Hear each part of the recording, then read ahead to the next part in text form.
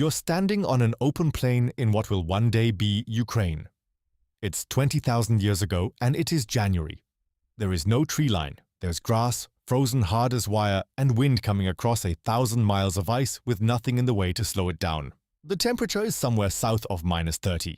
You have no thermostat, no coat from a shop, no hot shower waiting, no bowl of soup, no idea that this month is called January. You have a body that evolved in tropical Africa for a climate roughly the temperature of a warm bath. And you're going to live. Not just survive one bad night, Babu Sauros live here. Generation after generation. Raise children here. Bury your dead here, in a place that should kill a naked ape in a matter of hours. So this is the story of how ancient humans survived winter. Not with tougher bodies, not with some lost hardiness we've gone soft from. With something far stranger. Because the way we beat the cold is the single clearest proof of what our species actually is, Europas, and how close it came to not working. Here's the thing nobody tells you about human beings. We are a tropical animal. We have no fur worth mentioning. We're bad at storing fat compared to most cold climate mammals, and a naked human sitting still starts losing the fight at around 27 degrees Celsius. 80 Fahrenheit. That's our comfort zone. That's room temperature and then some. By every rule of biology, we should be a narrow band of animal, living near the equator and nowhere else. Instead, we ended up in Siberia. And the reason isn't in our bodies at all. Start with what the cold actually does to you. Your body burns fuel to hold itself at 37 degrees. In a hard winter, that fight gets expensive fast, ayu. Some researchers estimate people living through Ice Age European winters needed 4,000 to 5,000 calories a day just to keep going.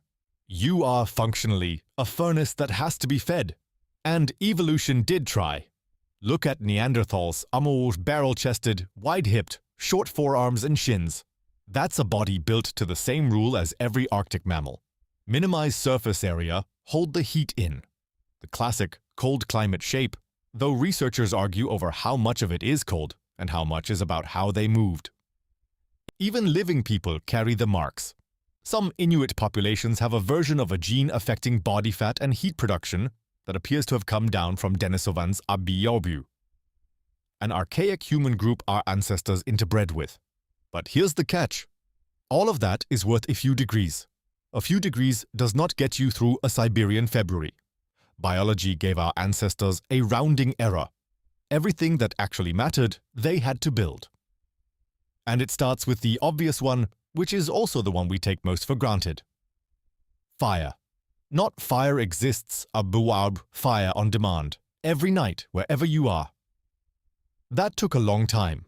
There are claims of burnt bone and ash 1 million years old at Denisova Cave in South Africa, and stronger evidence from Gesher Benot Yaakov in Israel around 790,000 years ago. But hearths used over and over in the same spot as the center of daily life ivories. That's more like the last 300,000 or 400,000 years, when people at sites like Denisova Cave were coming back to the same fireplace for generations. Think about what a fire really is, though. It isn't just warmth. It's a tiny piece of the tropics you can carry into the Arctic and set down. It thaws frozen meat hard enough to break teeth. It dries soaked hides, haiwabo, because in real cold, damp is what kills you. It gives you light in a winter where the sun barely bothers to show up. Fire is the first thing that let a tropical animal cheat. Everything after this is us getting better at cheating. And if you like the idea that your central heating is a 400,000-year-old technology, choice, subscribe. This channel is one long look at how the ordinary parts of your life got here. Now, fire only warms you where you're sitting. What about the moment you stand up and walk out into it? Then you need to take the fire with you, wrapped around your body. We can actually date this, and the method is wonderful. Body lice live in clothing, not on skin, bidagis. So they could only evolve once there was clothing to live in.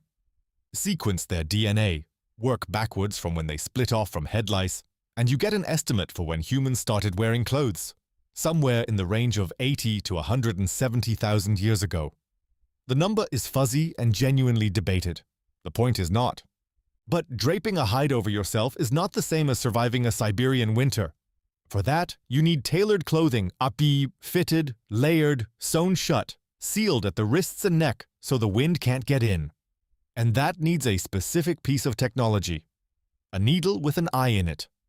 The oldest one we know of came out of Denisova Cave in Siberia. A slender bird bone needle about 7 centimeters long, roughly 50,000 years old, still with its eye intact. It would work today, and we know what the results looked like because of a burial site called Sungir in Russia, about 34,000 years old. The bodies there were covered in thousands of beads carved from mammoth ivory ibao. And because the beads stayed roughly where they fell, archaeologists could read the outline of the clothing they'd been sewn onto. Fitted shirts, trousers joined to footwear, hooded garments, caps, real Arctic gear. There are something like 10,000 beads across those burials, and experiments suggest a single bead could take the better part of an hour to make. Do that arithmetic. That's years of work, buried in the ground. Now, the third layer. Because you can't walk forever, and in the coldest places there was often no cave to walk into. So people built.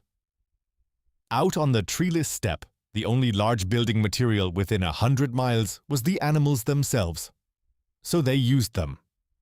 At Mezherish in Ukraine, around 15,000 years ago, people built round huts out of mammoth bone. One of them used roughly 150 individual bones, subwux, jaws, stacked in interlocking rows for the base, tusks arched overhead, the whole thing weighing something like 20 tons and covered over with hides. And at Kostenki in Russia, there's one that's older and stranger still, a circular structure about 12.5 meters across, built roughly 25,000 years ago, made from the bones of at least 60 mammoths. Where did 60 mammoths come from? Probably not 60 hunts. Up. More likely bones gathered from natural death sites and old kills over a long time, which is arguably more impressive.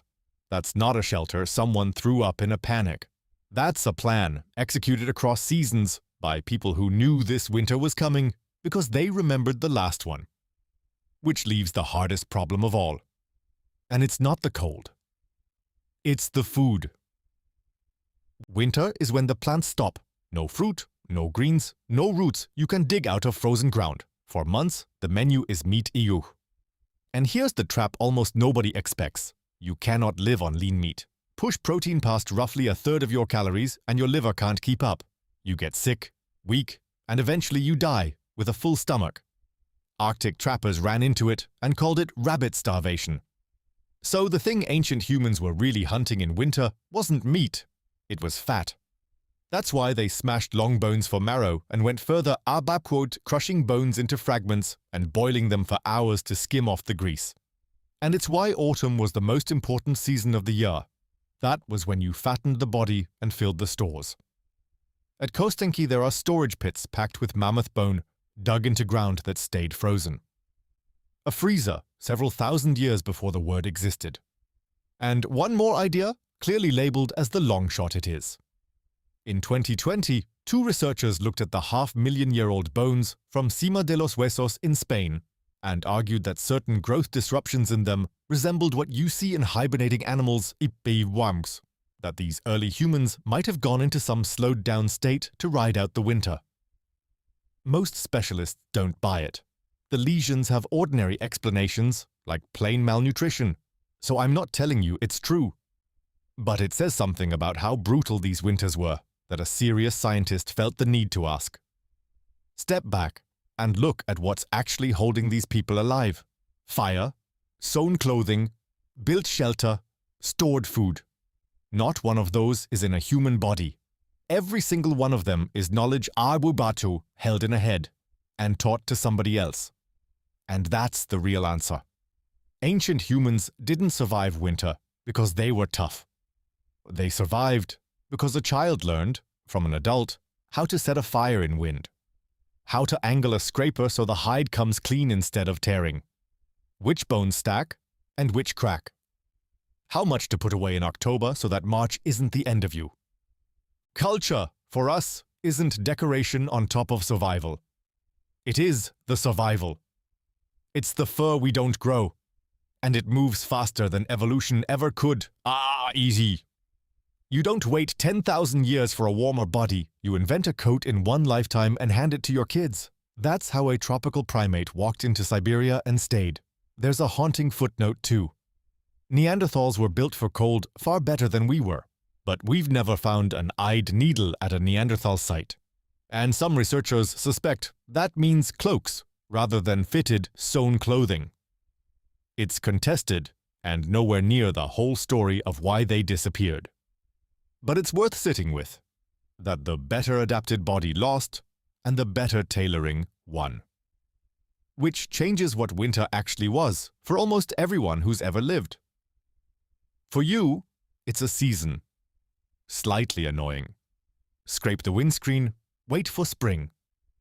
For them, it was an appointment. Every single year, the world made a promise to try to kill them, on a schedule, and they had all summer and autumn to prepare an answer. Every hide scraped in August was a night survived in February. Every bead sewn onto a hood was somebody's hands, for an hour, spent on somebody else's warmth. And that's the part that stays with me. Almost none of it was solitary. You do not survive an Ice Age winter alone. You survive it in a small group, pressed together in the dark under hides that other people made, eating food that somebody had the foresight to bury months ago, warm because somebody else is awake feeding the fire while you sleep. Winter didn't just test our ancestors. It made them need each other, absolutely and without exception. A lot of what we call being human might just be what's left after enough cold. So, how did ancient humans survive winter? Badly built for it and brilliantly prepared. With fire carried in from somewhere warm, clothes sewn shut against the wind, a house made of the bones of the animals they ate, and food buried in the frozen ground by people planning for a month they wouldn't see for half a year. Go back to that plain. 20,000 years ago, January, the wind coming off the ice. Somewhere in all that white, there's a low dome of bone and hide with smoke curling out of the top. Inside it's crowded, and it smells of grease and burnt fat, and someone is telling a story everybody has already heard. They have almost nothing, and they are warm,